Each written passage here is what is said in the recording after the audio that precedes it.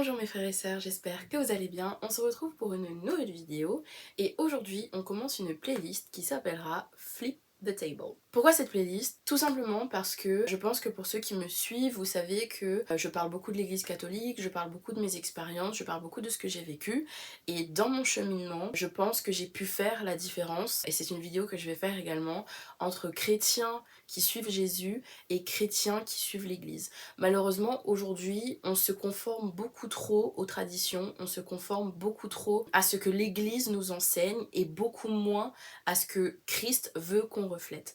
Donc pour moi, c'est hyper important que vous ayez ces aspects-là parce que ce sont des aspects qu'on vous enseignera jamais à l'Église. Ce sont des aspects que même vos parents et vos grands-parents ne savent peut-être pas parce qu'aujourd'hui, avec les modes de recherche qu'on a, avec la communication qu'on a, c'est beaucoup plus facile d'accéder à des contenus qui sont ouverts et qui sont divergents de ce qu'on a voulu nous imposer. Et pour le coup, c'est hyper important pour moi de sortir de ça. Donc cette première vidéo s'intitule 5 choses que l'église catholique a de similaire aux pharisiens. Pour moi, aujourd'hui, dans le sens de l'église catholique, je parle en partie aussi de toutes les dénominations qui suivent. Parce que l'église catholique a été la première église physique à se former, on va dire, en Europe et qui a été importée partout dans le monde à cause de la colonisation. Donc c'est un autre sujet que je vais également aborder et qui est très très important pour comprendre d'où vient le catholicisme et pourquoi aujourd'hui c'est une grande puissance et que tout le monde le défend autant. Et donc tous les mouvements découlent de cette église-là. Donc les protestants, l'évangélisme, etc. Il y a énormément des choses qui ont été créées, mais qui ont été créées à partir de ces dogmes-là. Donc ce qui est important, c'est de sortir de ça et de pouvoir se demander qu'est-ce qui a été fait dans les autres pays qui ont été évangélisés par les apôtres, mais qui n'ont pas été victimes de colonisation, qui n'ont pas été victimes d'obligations dans la pratique. Parce qu'il ne faut pas oublier, mes frères et sœurs, que la plupart des pays chrétiens aujourd'hui sont chrétiens parce que les blancs sont arrivés dans leur pays et les ont forcés à être chrétiens. À La Réunion, pour tous mes frères et sœurs réunionnais qui regardent cette vidéo, il ne faut pas oublier que être chrétien était inscrit dans le code noir. Les noirs, les esclaves n'avaient pas le choix que d'être chrétiens catholiques. Donc quand on part de là, on se demande, ok, est-ce qu'il n'y a pas quelque chose qui est aux antipodes de être chrétien et suivre Jésus, et être chrétien et suivre l'église, et la puissance qui suit et qui est autour de l'église tout simplement. Donc c'est hyper important pour moi aujourd'hui, dans mes combats, dans mes réflexions et dans ma foi, de vous dire la vérité et d'essayer de vous ouvrir les yeux en fait sur une église qu'on vous vend comme étant le salut, alors que le seul salut qui existe, c'est Jésus. Pour commencer, nous allons voir le premier point. Donc le premier point de cette vidéo est un élément qui m'agace énormément pour avoir grandi dans l'église catholique, pour avoir été servant d'hôtel, pour avoir fait la chorale, pour avoir été très très active jusqu'à aujourd'hui. Partir encore à l'église de temps en temps avec mon compagnon, avec ma famille, c'est un moment que je trouve absolument horrible. Quel est ce moment? Ce moment, c'est le moment de la quête. Le moment où il se passe deux choses. À l'autel, il y a l'apport du corps et du sang du Christ, qui est d'autant plus pour les catholiques un moment important parce qu'il représente la transfiguration. Ce ne sont pas uniquement le pain et le sang en représentation. Pour les catholiques, c'est réellement le corps et le sang du Christ. Donc, on se demande, mais pourquoi ce moment te dérange? Eh bien, ce moment me dérange parce que au moment où les servants d'autel apportent pour consacrer sang et ce corps du Christ, les gens font la quête. Voilà, les gens donnent de l'argent à l'église, les gens cherchent dans leur portefeuille, les gens parlent et les gens dérangent ce qu'on est censé appeler le culte pour être et pour passer du temps avec Jésus tout simplement. On se retrouve dans le titre de cette vidéo, c'est le passage où Jésus chasse les vendeurs au temple. C'est un passage que j'ai l'impression en fait que les gens n'assimilent pas beaucoup ou se disent ah mais Jésus il avait le droit d'être en colère aussi, mais c'est beaucoup plus profond que ça et les catholiques font exactement la même chose. Ne faites pas de la maison de mon père une maison de trafic. Ma maison sera appelée une maison de prière, mais vous, vous en faites une caverne de voleurs. Distraction durant les sacrements.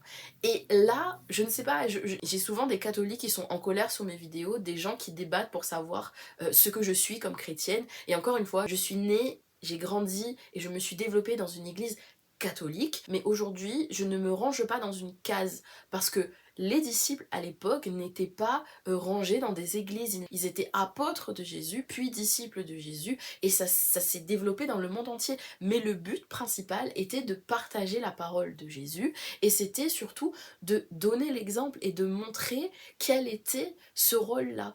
Paul, ancien Saul, est l'exemple même que si on accepte Jésus dans sa vie, nous pouvons changer et nous changeons en Christ, et c'est radical. On se demande mais pourquoi c'est dérangeant? Et bien tout simplement parce que le commerce et le fait d'avoir un apport pour faire fonctionner l'église, chose que je comprends, d'accord, je comprends, mais vous pouvez le faire en dehors de l'église, vous n'êtes pas obligé de le faire sur le parvis de l'église, vous n'êtes pas obligé de le faire dans l'église. Ce sont des éléments que Jésus nous a apportés lui-même. Il s'est mis en colère lui-même, il a renversé les tables lui-même, il a chassé les gens du temple lui-même. Donc tous ceux qui ont une excuse pour ça, je vous attends dans les commentaires parce que pour moi il n'y a pas d'excuse. Jésus lui-même était remonté contre les gens qui vendaient dans le temple. À qui cela profitait?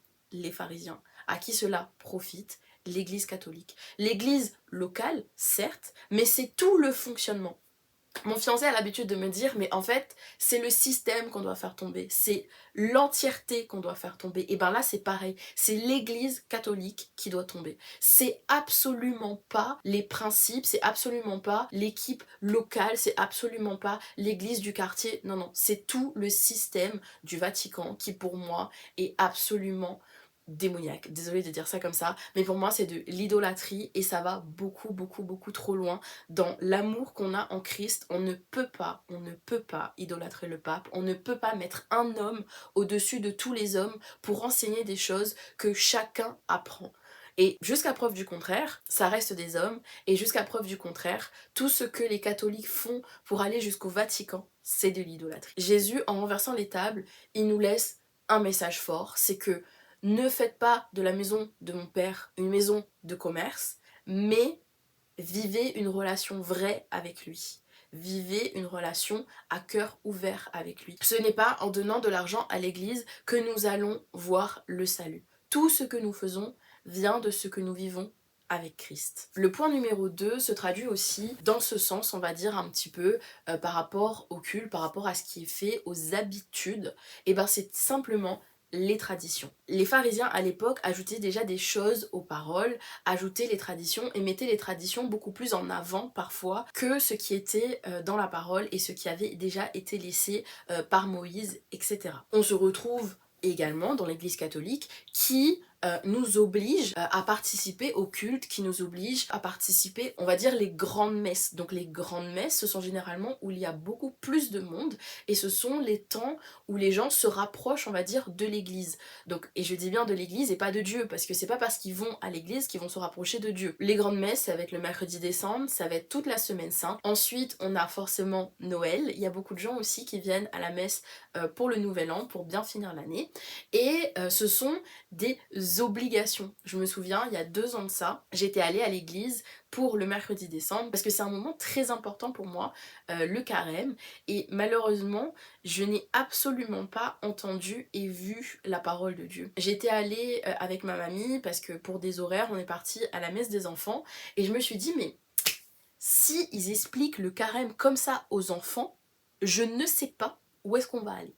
Parce que depuis toute petite, ce qui est traduit par le carême, c'est faire l'aumône, c'est jeûner, c'est se priver, c'est prier, mais ce sont 4 points qui sont toujours imposés, ce sont 4 points qui sont toujours mis en gros, mais ce ne sont jamais 4 points qui sont expliqués. Pourquoi jeûner? Il y a une parole qui dit pourquoi jeûner, quelle est l'importance de jeûner. Vous demandez à des enfants de jeûner sans leur expliquer le pouvoir que c'est que de jeûner. Vous dites que c'est pour faire l'aumône, de donner aux autres, mais les adultes, ils vont donner à l'église. Pourquoi? Parce que c'est celui qui profite le plus de cette aumône-là. Parce que vous pouvez pas me dire qu'au quotidien, vous donnez aux gens dans la rue, vous pouvez pas me dire qu'au quotidien vous faites attention à tous ces petits détails là. Et pour moi c'est là qu'on voit la distance lunaire entre les gens qui font leur carême chrétien qui sont là, catholiques, à se dire pendant 40 jours je fais des efforts, etc.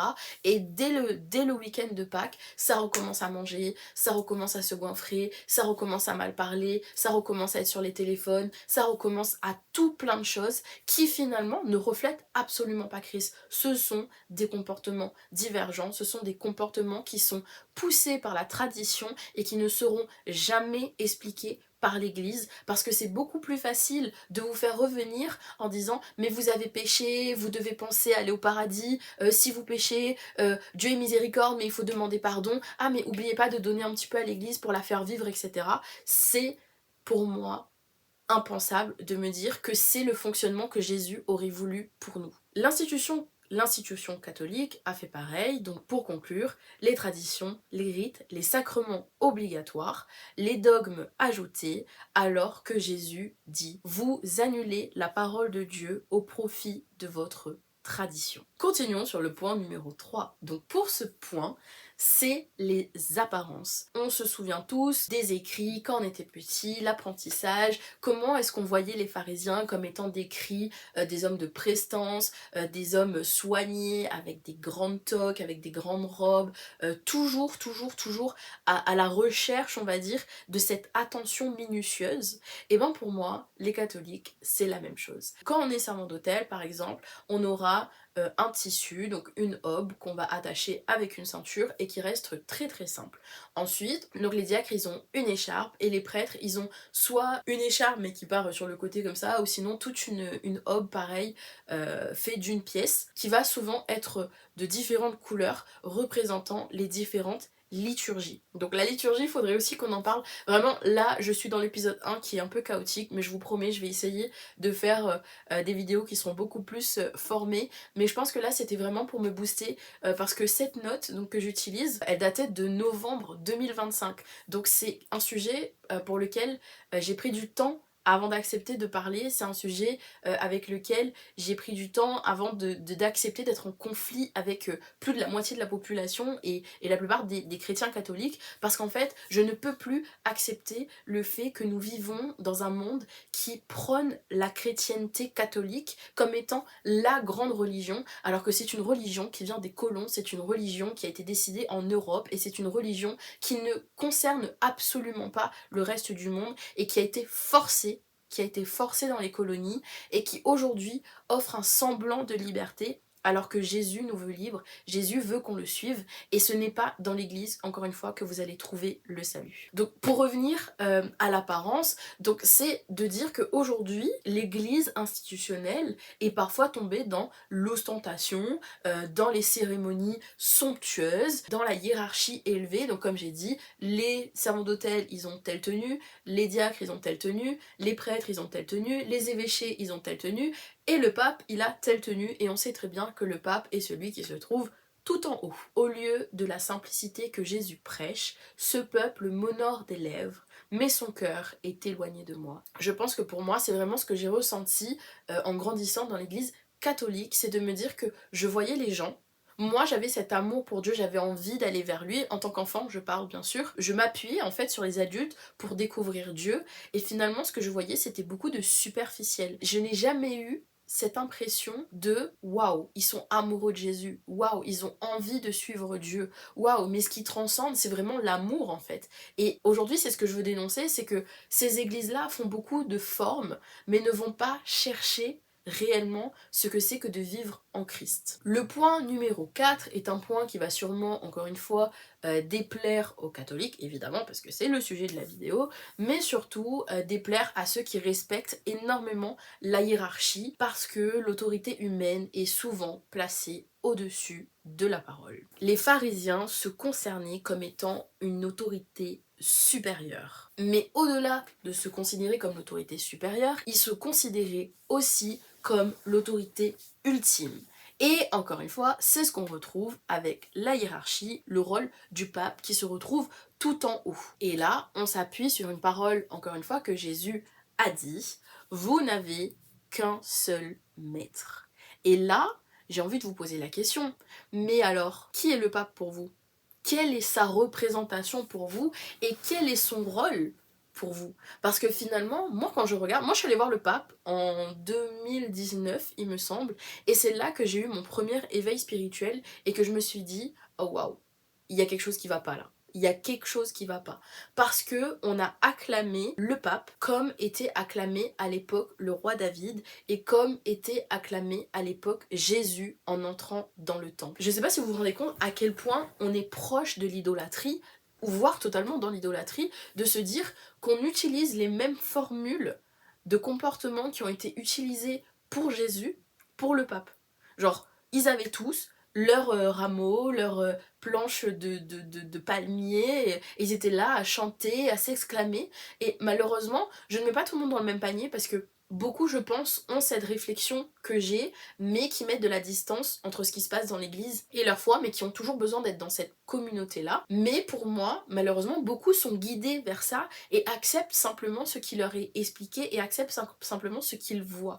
Donc pour moi, dans ce moment-là, ce que je sentais autour de moi, c'était beaucoup de j'envoie ces paroles et j'envoie ces mots vers le pape et pas vers Dieu. Et malheureusement, cette gloire et cette acclamation, elle doit pas être dirigée vers le pape, elle doit être dirigée vers Dieu. Mais faute d'explication et d'information, je pense que beaucoup de gens le font vers la mauvaise personne.